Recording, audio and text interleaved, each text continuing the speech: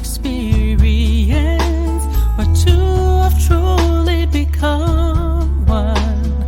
God is at the center of us, our purpose and vision in His love. We dedicate our today, tomorrow, and always to You, our King. Bless and let there be love in our home. The marriage experience ordained by You alone. The marriage experience.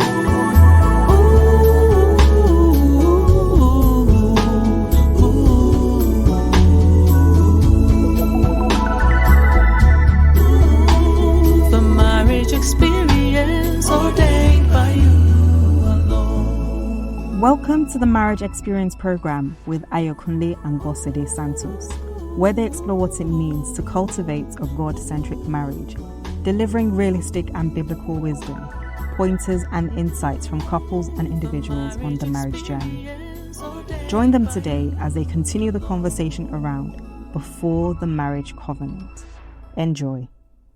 Hello again and welcome to episode 24 of the Marriage Experience program. Yes, welcome, and thank you again for having us come alongside you on this journey of Yes, marriage. Absolutely, and it's we don't take it for granted. Not at all. With you allowing us into your space every single week. Well, last week we looked at where and from whom we can get good counsel and instructions from, and how to deal with red flags as well as other marital issues. Yeah. We also established that it is imperative in a marriage that couples ensure that they seek and surround themselves with healthy counselors or friends or acquaintances or even clergy. Yeah. The fact that someone has a title as a clergy doesn't automatically make them very good counselors. Yeah. So concerning red flags, we did say that in order to manage them properly, it's pertinent to understand how and why we think the way that we do, to manage the traits which may lead to bad counsel. We looked at being careful at the kind of advice that is based on sentimental considerations, remembering that holding a title doesn't imply an ability to give good counsel. And we looked at blood vision, where we said taking advice from people who may not be objective based on our relationship with them or their own past experiences. Yes, that's right. We also need to be careful about addressing symptoms rather than the root causes, and that's a standard human behavioral trait where we look at what is obvious and we want to address that which we can see. Yeah, that brings to my mind a saying we have in Yoruba that you live leprosy and you're trying to deal with ringworm. Yeah. So you want to pay more attention to details rather than just rushing to conclusions based upon what seems to be the obvious. Yeah. What is obvious is not necessarily Always obvious. Exactly. It's not necessarily what needs to be addressed. You also want to be careful about the cookie cutter solutions that, where the one size fits all way of thinking. Yeah. Now, every piece of advice must be tailored to your individual situation. I remember speaking to a couple at church today, that, when it comes to not just marriage issues or personal issues, every single situation in life where we're talking about the human life, human behavior, everyone's different, and that makes every solution different. So what has worked for us or for some other couple is not necessarily what will work for you. I mean, obviously, there will be generic, advices that can be given that will transcend a culture or True. personalities, True. But then we should also avoid just giving that That's kind of generic standards. box That's right. standard advice to make people, force them into it to live their lives by that. Yes. Now, we remember we talked about considering professional advice as well.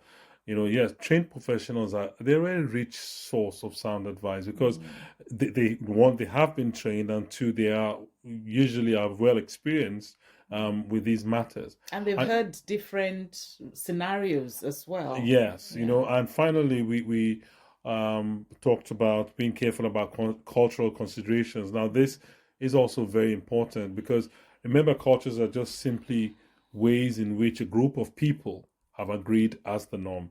Now, that norm could be wrong, or it may be inappropriate. It might be right, Outdated, but even. inappropriate in that particular situation. And like you said, it may be outdated. So it might have worked in the past, but not be relevant to your situation today. Yeah. And so this week, we're introducing a very interesting topic, that we're going to be having a conversation around, and it's the uniqueness of the male and female personalities. You know what they say, men are from Mars and women are from Venus. So we understand that both genetics and environmental factors influence our personalities. In fact, psychologists say that our genes account for between 30 to 50%, and the rest is formed largely of life experiences, which is peculiar to every person.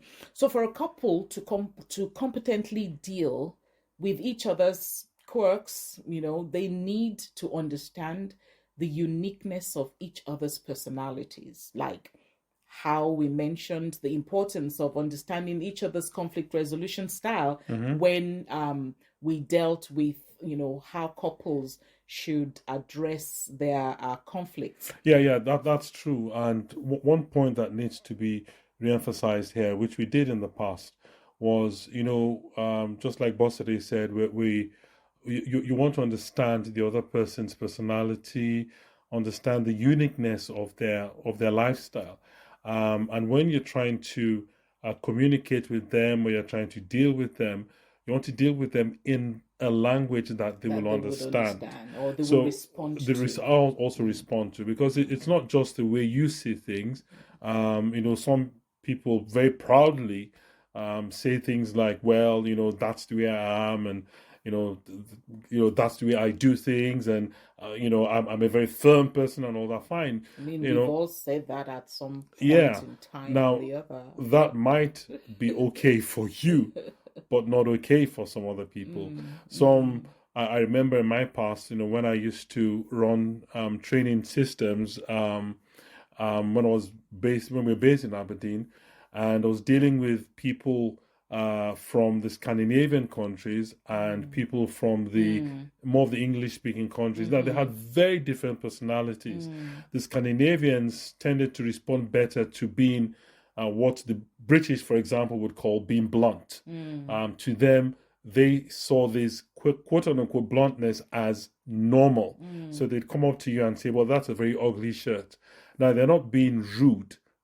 It's just the way they see things. It's just the way it is. Now, the British on the other side would say, diplomatic. Well, I would have chosen a different color of a shirt. I wouldn't wear that if I were you. So who's right and who's wrong? No. I mean, what is really important is being able to address things in the way that the other person would respond to. Yeah. Now, in 1 Samuel 16:17, God told Samuel how to judge, human personality. And this is what it says. But the Lord said to Samuel, do not look at his appearance or on the height of his stature, because I have rejected him.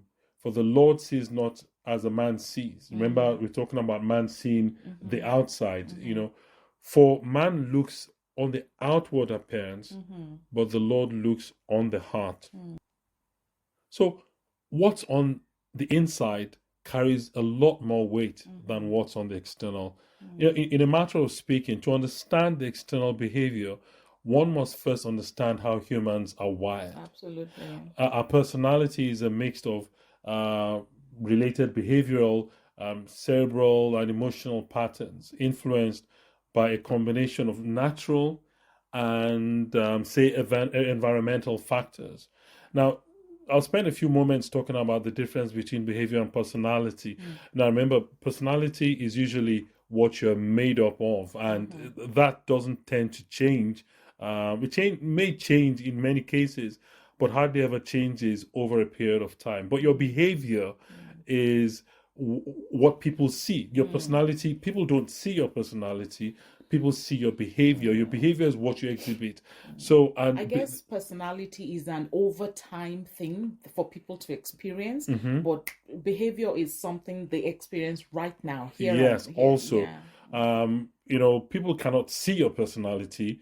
They can see your behavior. Usually, your behavior is a reflection of your personality. So if you look at it this way, your personality is inside. Your behavior, personality is what you're thinking, if you put it that way. Your behavior is what you say. So our personality is relatively stable over long periods of time. But it may change over our lifetime as we go through different life experiences and stages. So, I did talk about men are from Mars and women are from Venus. It's actually a book, and the author, John Gray, he said, men are motivated when they feel needed, while women are motivated when they feel cherished. And Paul captures this in Ephesians chapter 5, in verse 22 to 24, talking about wives. He said, wives, understand and support your husbands in ways that show your support for Christ. The husband provides leadership to his wife the way Christ does to his church, not by domineering, but by cherishing. So just as the church submits to Christ as he exercises such leadership, wives should likewise submit to their husbands. And then talking of the husbands in from verse 25 to 28, he says, husbands, go all out in your love for your wives, exactly as Christ did for the church, a love marked by giving, not getting. Christ's love makes the church whole.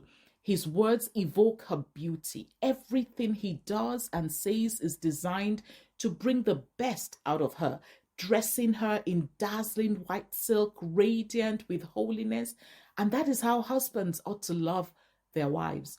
They're really doing themselves a favor since they're already one in marriage. So understanding this truth about each other's personality and honoring and behaving appropriately helps their relationship thrive. That's very true. You're listening to the Marriage Experience program with Ayokunle and Bosade Santos. Okay, now most people know about the MBTI, or the Myers-Briggs type indicator. Now this is an introspective self-report questionnaire, which uses a series of questions to help identify one's natural preferences in 4 areas of personality. Now, the first is how one directs and receives energy. Sorry, if I may just come in briefly here.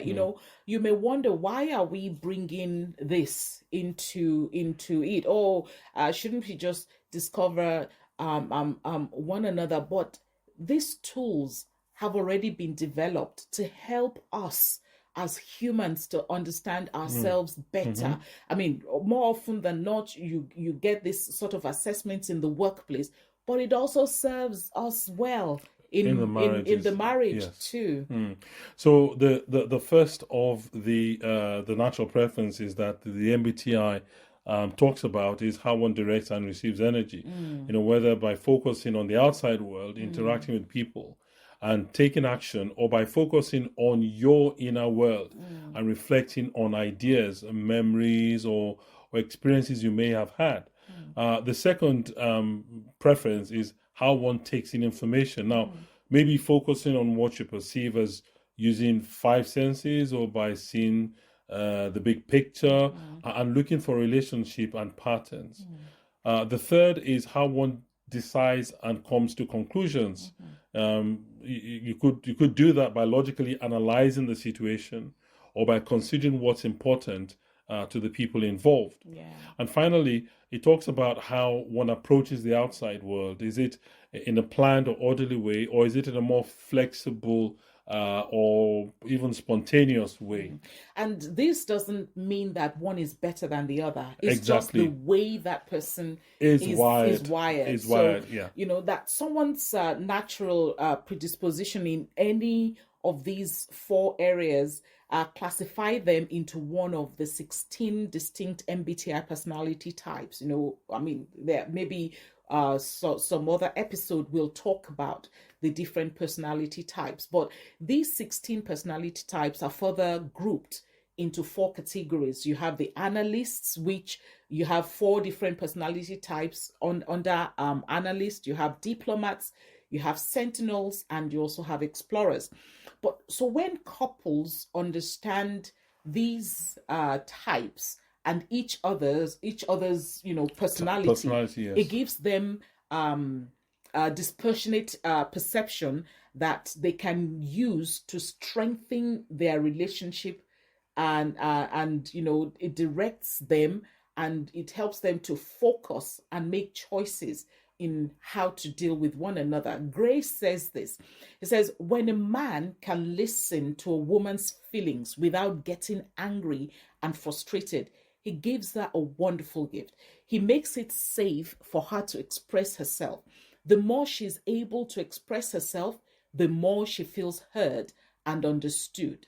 And the more she's able to give a man the loving trust, acceptance, appreciation, admiration, approval, and encouragement that he needs. Yeah, so a man's understanding of his wife's personality is that important to God. This he shows in 1 Peter 3:7, and it says that the same goes for you husbands, for us husbands. Be good husbands to your wives. Honor them, delight in them. You know, as That's women, the cherishing we're talking exactly. Now, as women, they lack some of your advantages, but in the new life of God's grace, you are equals. Treat your wives then as equals, so your prayers do not run aground. Treat your wives as equals, so your prayers do not run aground. That's hard. That's it is very, and also very important. Now that is in itself is a very, very big topic to delve into. Treat your wives as equals. Now, what does that entail? Obviously, that's not what we're addressing today, but that will be addressed in the future. What does it mean, you know, for your wife to be an equal? Does that mean you've got to wear the same color of clothes every day and eat exactly the same amount of food? Or absolutely not. No. I mean that's ridiculous. But you know, it is something that we will address in the future. Now, Gary Thomas, a pastor, a speaker, and author of several notable books, will know him regarding the marriage. 5 love languages. Exactly, yeah. You know, he's developed 5 love languages, as you said. One is the acts of service. That's someone who loves service. Receiving gifts, quality time, words of affirmation, and physical touch. Now, everyone has not just one of the 5, but more the combination of the 5. One may be but then one may be prominent. You know, something that really tends to excite you a lot more than the others. So these love languages he designed was just to help couples use a simple and effective means to strengthen their connection so they can experience greater joy and harmony in their relationship. That's the way he described it, you know, on their website. And depending on their personalities, people give and receive love in different ways. But by learning to recognize these preferences in each other, couples can learn to identify the root of their conflicts, connect more profoundly with each other, and truly begin to grow closer. That's the whole essence of understanding one another's personality. And it's also worthwhile that couples take these assessments to enable them understand each other to make for a more cordial relationship. Remember, we said it when we started talking about the MBTI, that you may wonder, why are we talking about assessment tests in marriage? It is just so that we have an understanding. We cannot take these things for granted, and we cannot be presumptuous that, oh, well, but when you understand why your spouse does what they do or is the way that they are, it makes for an easier way to deal with them. Yeah, I mean, just to chip in here, when we hear the word test, our minds tend to go to, is it pass or fail? Do I go forward or backwards? This is not about saying, all right, we'll take the MBTI test before we get married. Exactly. Assessment. So if we are not compatible, so we'll go apart, or we've been married for 20 years, so we take the assessment and then tell you what, it says we're not, we're too different, so we can't. No. What this is saying is getting to understand each other, so you know how to relate. It's to equipping. each other. It's just equipping one another. Indeed. And to take the this free like the MBTI one, the personality assessment. You can take that if you've never done it before. You can take that at 16. That's the letter 16, personalities.com. 16personalities.com, and a free love language test on number 5, lovelanguages.com. These, they have them there for free. You can take them so that you can understand yourself even, and also understand your spouse. Now, finally, Gray wrote that when women and men are able to respect and accept their differences, then love has a chance to blossom. And that's the whole essence of this program, to help you build marriages the God way, and also marriages that thrive and, just stand the test of time. Yeah, I really like that, as we begin to wrap up. When like what Grace said, when men and women are able to respect and accept their differences, then love has a chance to blossom. When you begin, how do you respect? How do you accept? Where does it start from? It starts from understanding. And that's the purpose of these assessments, is the purpose of all the quote-unquote theoretical stuff we've been talking about today. It's just to gain a better understanding, because it also helps you to develop empathy exactly towards one another. Exactly. Yeah. How can you understand what the other person is going through if you don't understand who they are? You don't understand the way they think. So these things are very important indeed. And the final thing to mention there is, the fact that, oh yes, we've taken the test before. We took it 20 years ago or 10 years ago. Remember, we talked about personalities that may change, because of the situations we find ourselves in life. It's always good to go through these things regularly. Not every day, but whatever the kind of time frame, we should go and do it ourselves. That's appropriate to you. Absolutely. So thank you for your time today. We'll continue next week to look at yet another foundational principle for establishing and building God-centered marriages, the kind of marriages that we all desire to have. We might just pull something out of today's episode and flesh it out a little bit more. Next week. Yes. So as usual, we do appreciate your audience feedback. Remember, the email is mxperience@lidiosantos.com, mxperience@lidiosantos.com. Our YouTube handle is @marriageexperience.com, marriage and then experience.com. We're now on Apple Podcast and Spotify and Amazon Music and everywhere you listen to your podcast. If there's anywhere that you haven't seen us yet, just give us a shout and we'll find a way there to share with you. So thank you very much. It's been lovely having you again today. Always a delight. And we will keep saying this is a highlight of our week. And I'm wishing you very, very, very, very best in your marriages for the week. Have a wonderful rest of your weekend. God bless you. God bless you. Goodbye. Join Ayokunle and Bossade again next week on The Marriage Experience as they bring God's truth to help you build your marriage God's way. Till then, remember, marriage is God's idea and it is a good thing. The marriage experience ordained by you.